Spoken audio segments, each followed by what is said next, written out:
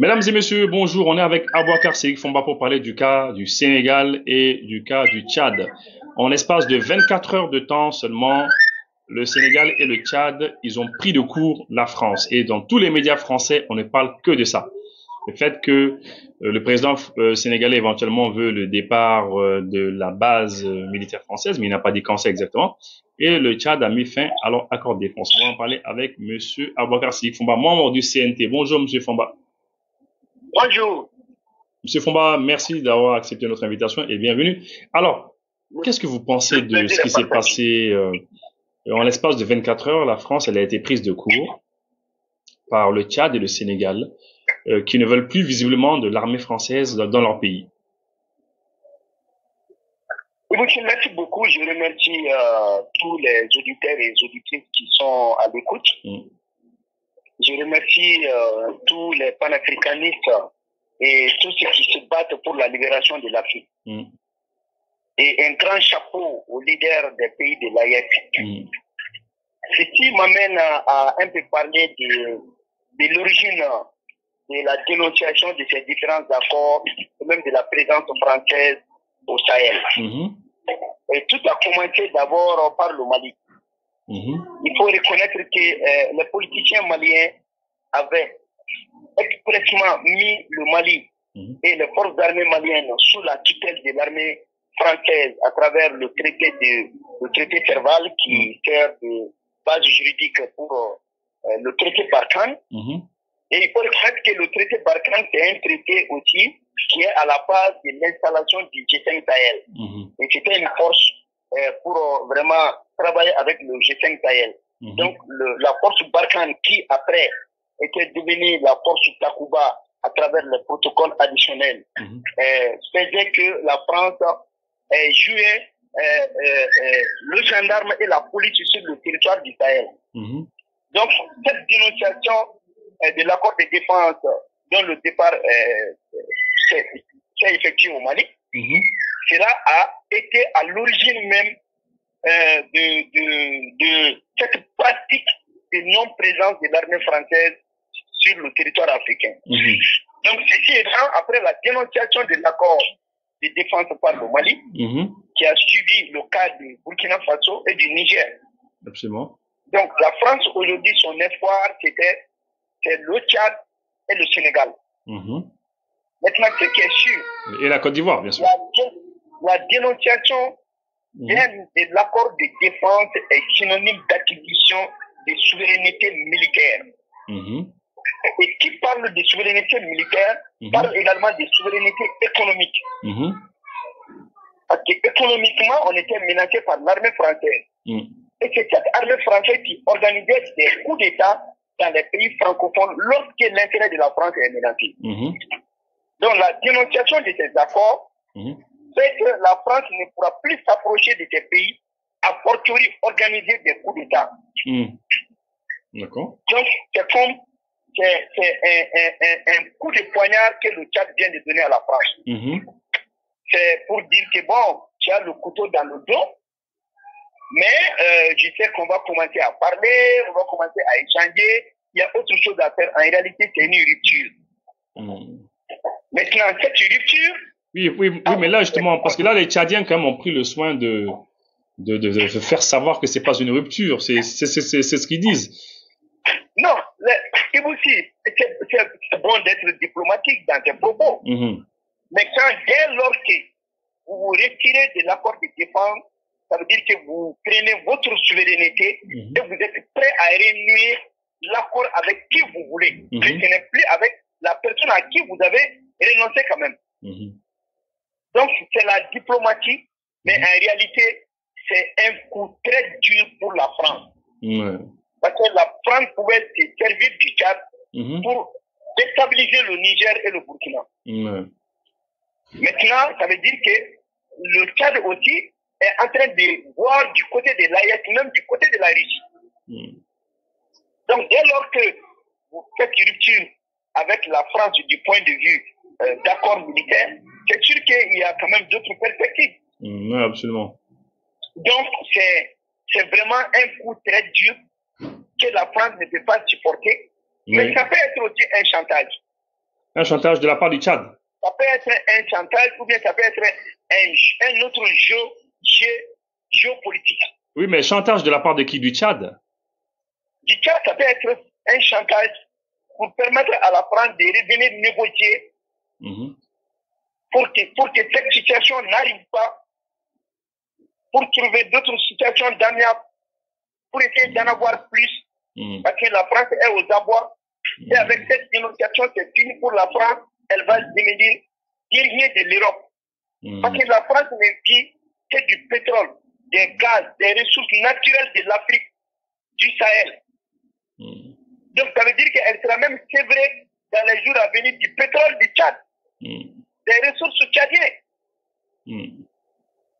Donc ça va plus loin que ce que nous pensons. Maintenant, en ce qui concerne le Sénégal, le Sénégal, il ne faut jamais y croire à la politique sénégalaise contre la France. Ah bon, vous ne croyez pas au président sénégalais? Oui, le peuple sénégalais est un peuple debout, tout comme le peuple du Mali. Mais il faut reconnaître que les politiques sénégalaises qui dirigent le Sénégal sont au compte de la France. Sinon, ils n'ont pas besoin de dire qu'on va mettre fin dans les jours à venir. Le fait d'annoncer qu'on va mettre fin, c'est ça même le chantage politique également. C'est du sénégalisme politique. Mais est-ce que d'intimider la France. Mais est-ce qu'aujourd'hui, en toute en toute sincérité, on peut dire que le président sénégalais et son premier ministre sont à la solde de la France, des gens quand même qui ont quand même combattu, ils ont tenu des mots très durs vis-à-vis de la France. Tenir des mots durs. Aujourd'hui, ils ont la main, c'est eux qui gèrent le Sénégal. Qu'est-ce qui justifie leur présence dans la CEDEAO? Sachant bien que la CEDEAO est un instrument de la France pour manipuler les pays africains, pour les maintenir dans le franc des colonies, pour maîtriser leur propre économie et pour maîtriser leur politique et leur élection. Qu'est-ce qu'ils font dans la CEDEAO?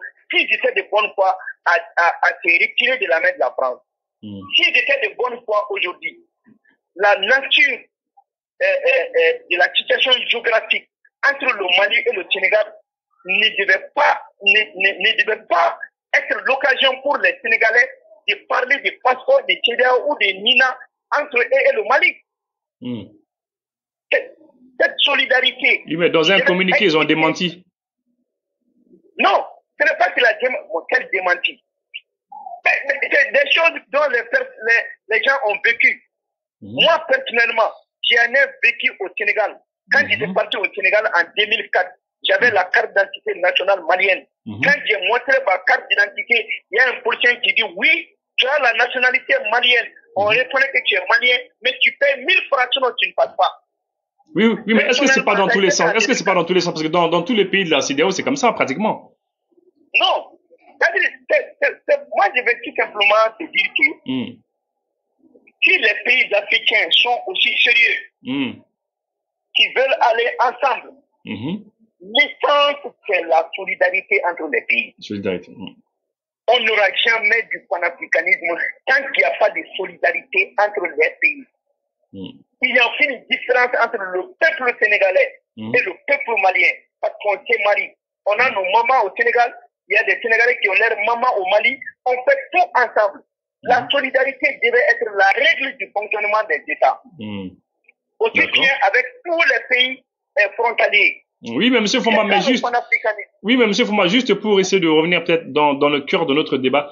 Au jour d'aujourd'hui, le fait que le président Bassirou Diomaye Faye ait dit à la France clairement que c'est possible que l'armée française quitte le Sénégal, est-ce qu'il n'y aura pas de conséquences?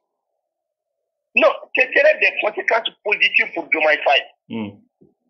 Parce que la France est menacée. Diomaye Faye peut-être a besoin de plus d'assurance avec la France pour aller discuter avec eux politiquement. Ah, mais tu veux rompre avec nous, il y a quoi? Non, parce que je vois qu'il y a ceci, il y a cela, et vraiment il faudrait qu'on ait telle ou telle chose. Et à la lumière de ça, peut-être que Diomaye Faye, par politique, va essayer de retirer quelque chose de la France, mais de laisser d'autres aussi pour la France. Donc vous pensez que c'est une stratégie? Vous pensez que c'est une stratégie pour avoir plus? C'est une stratégie politique. Sinon, le Sénégal, l'administration sénégalaise, les responsables sénégalais resteront toujours à la solde de la France administrative. À ce moment, ça va être une surprise parce qu'il n'y a pas d'impossible. Si ça se fait, ça va se faire, mais nous sommes en période électorale et Diomaye Faye est obligé de dire ça pour avoir plus de Sénégalais à voter pour leur parti, pour remporter les élections législatives. Oui, mais ils ont déjà gagné les législatives. Ils ont déjà gagné les législatives. Non, je sais qu'ils la gagnent, mais ils ont besoin d'assurance. Ok, d'accord. Mais juste... Je sais qu'ils ont gagné tout ça, mais il y a d'autres choses qui sont là. Il faut calmer la population sénégalaise. Mais dans ça, ils vont encore faire la pression sur la France pour essayer d'en avoir plus. Oui, mais dernièrement, on a vu que la France avait essayé de prendre un peu de l'avance. La France avait senti que les populations africaines ne voulaient pas trop de la France, disons des armées françaises chez nous. Alors, ils ont pris de l'avance, ils ont diminué leurs effectifs un petit peu partout. Au Tchad, en Côte d'Ivoire, au Sénégal et même au Gabon, ils ont diminué un petit peu. Alors, est-ce que la France n'est pas vraiment en difficulté parce que la France a tout fait, elle a essayé de diminuer les effectifs, et malgré ça, on les met à la porte. Non, la France n'a pas diminué son effectif. La France a diminué l'effectif militaire présent, mais la France a augmenté le nombre de mercenaires. Qui se sont focalisés plutôt sur des services de sécurité privée de la France. Ah oui, comme quoi par exemple? Comme il y en a près une dizaine là, et qui sont même présents aujourd'hui, dont la présence même est plutôt effective même en Côte d'Ivoire et au port sénégalais. Donc, c'est une politique de dire qu'ils ont diminué, mais la France ne peut pas diminuer parce que la France ne dit que des ressources minières de l'Afrique. Sans l'Afrique, la France ne peut pas avoir d'or. Sans l'Afrique, la France ne peut pas avoir de l'uranium. Sans l'Afrique, la France ne peut pas faire accès à certaines ressources. Donc, la France ne peut pas se retirer. C'est des combats de bonne guerre pour montrer comme ils sont civilisés dans le combat, mais en réalité, c'est pour se préparer davantage. D'accord, mais est-ce que les dirigeants français ne devraient pas essayer de retirer leur base aussi de la Côte d'Ivoire?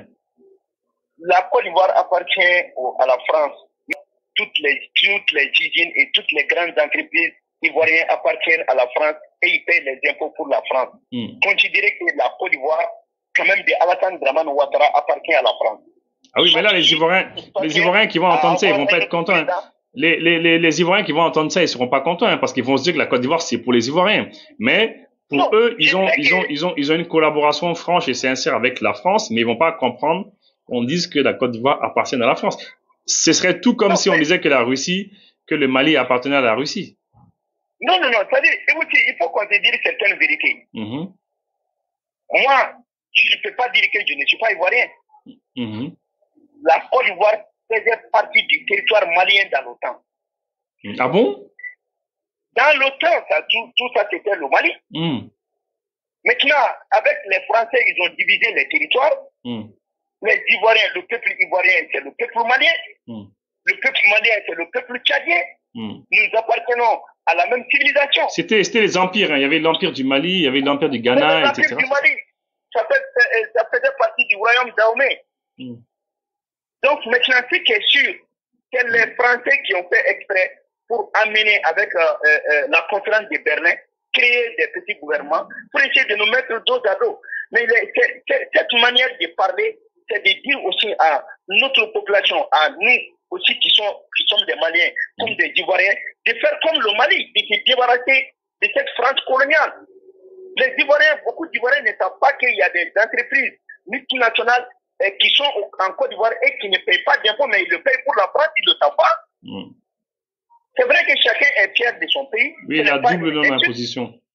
Voilà, et puis même Alassane qui est aujourd'hui président là, ben, il était au Mali. Il est venu s'héberger au Mali lorsque ça n'allait pas. D'accord. Il n'y a pas de différence entre les pays. Oui, mais est-ce que, oui, il y a le Gabon aussi, il y a les forces françaises au Gabon aussi. Alors, est-ce que la France ne devrait pas prendre le devant maintenant et quitter carrément l'Afrique avec ses militaires?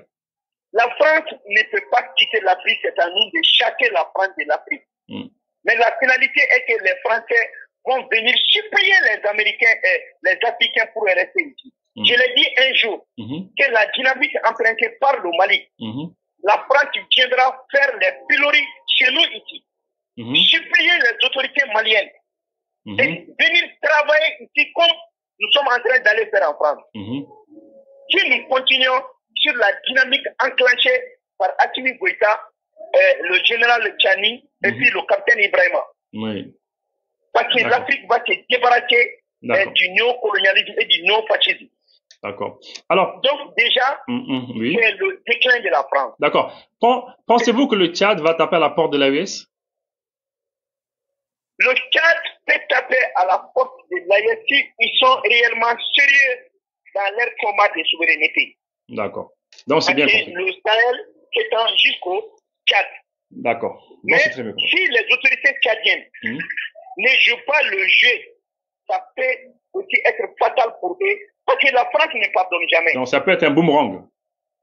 Je vais vous dire quelque chose, Ibouti. Que ce soit le général d'armée Assimi Goïta, Tchani, Ibrahima Traoré, si jamais ils acceptent de collaborer avec la France à un niveau minimal, ils vont faire les frais.